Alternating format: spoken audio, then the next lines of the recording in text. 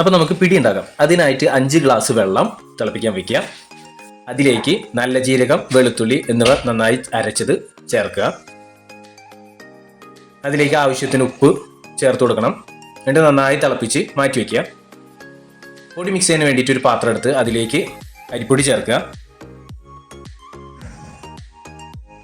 നമ്മൾ നേരത്തെ തിളപ്പിച്ച് മാറ്റി വെച്ച വെള്ളം കുറേശ്ശെ ആയിട്ട് ചേർത്ത് കൊടുത്തിട്ട് അത് കുഴച്ചെടുക്കണം.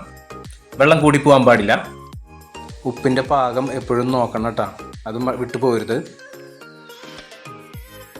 തേങ്ങ ചിരകിയത് ചേർത്ത് കൊടുക്കുകയാണ്. കുറേശ്ശായിട്ട് നമ്മൾ ആ മാറ്റി വെച്ച ആ ഒരു വെള്ളം ചേർത്തുകൊണ്ട് തന്നെ കുഴച്ചെടുക്കുക. വെള്ളം കൂടി പോവാതെ ശ്രദ്ധിക്കണം. അത് നന്നായി കുഴയ്ക്കാനായിട്ട് മറ്റൊരു പാത്രത്തിലേക്ക് മാറ്റുകയാണ്. എന്നിട്ട് നല്ല പോലെ കുഴയ്ക്കണം. നമ്മുടെ ഈ പത്തിരിക്കൊക്കെ കുഴയ്ക്കുന്ന പോലെ നല്ലപോലെ കുഴച്ചെടുക്കുക. നല്ല മയം വരണം. എന്നിട്ട് അതിൽ നിന്നൊരു ചെറിയ ബോളുകളാക്കി നമുക്ക് എടുക്കാനുണ്ട്. അപ്പോൾ ഇതുപോലെ കയ്യിൽ വെച്ചിട്ട് ഇങ്ങനെ ബോളാക്കി കണ്ടില്ലേ, ഇതുപോലെ ചെയ്തെടുക്കണം. ഈ ഒരു വലിപ്പം, ചെറിയൊരു വലിപ്പം പാടുള്ളൂ.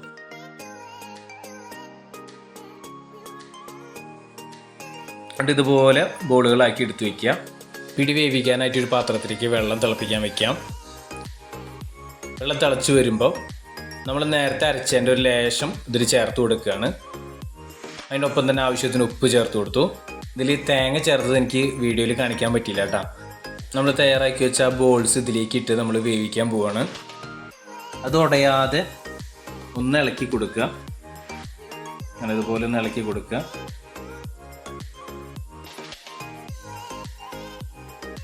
അത് തിളച്ച് വരുമ്പോൾ നമുക്കൊരു കാര്യം ചെയ്യാണ്ട്, നമ്മൾ ഈ ബോളാക്കാൻ വേണ്ടി കുഴച്ച മാവ് ഒരല്പം ഞാൻ മാറ്റി വെച്ചിട്ടുണ്ടായിരുന്നു. അതിലേക്ക് ഒരല്പം വെള്ളം ചേർത്ത് ഇതുപോലെ നന്നായി ഒന്ന് ഉടച്ചെടുക്കുക. ഒരു കുഴമ്പ് പരുവത്തിനാക്കി അത് ഇതിലേക്ക് ചേർത്ത് കൊടുക്കണം.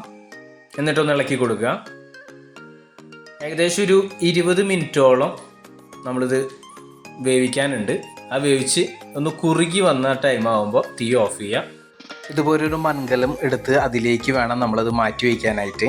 ശരിക്കും ഈ പിടിയുടെ കൂടെ ഏറ്റവും നല്ല കോമ്പിനേഷൻ എന്ന് പറയുന്നത് ചിക്കൻ കറിയാണ്. ഈ പിടിയിലേക്ക് നല്ല ചൂട് കോഴിക്കറി ഒഴിച്ചൊരു പിടി പിടിച്ചാണ്ടല്ലോ, അതൊരു വേറെ ടേസ്റ്റ് തന്നെയാട്ടോ. അപ്പോൾ ഇതിൻ്റെ ഡീറ്റെയിൽഡ് വീഡിയോ നമ്മുടെ ചാനലിൽ പോസ്റ്റ് ചെയ്തിട്ടുണ്ട്, എല്ലാവരും കാണുക.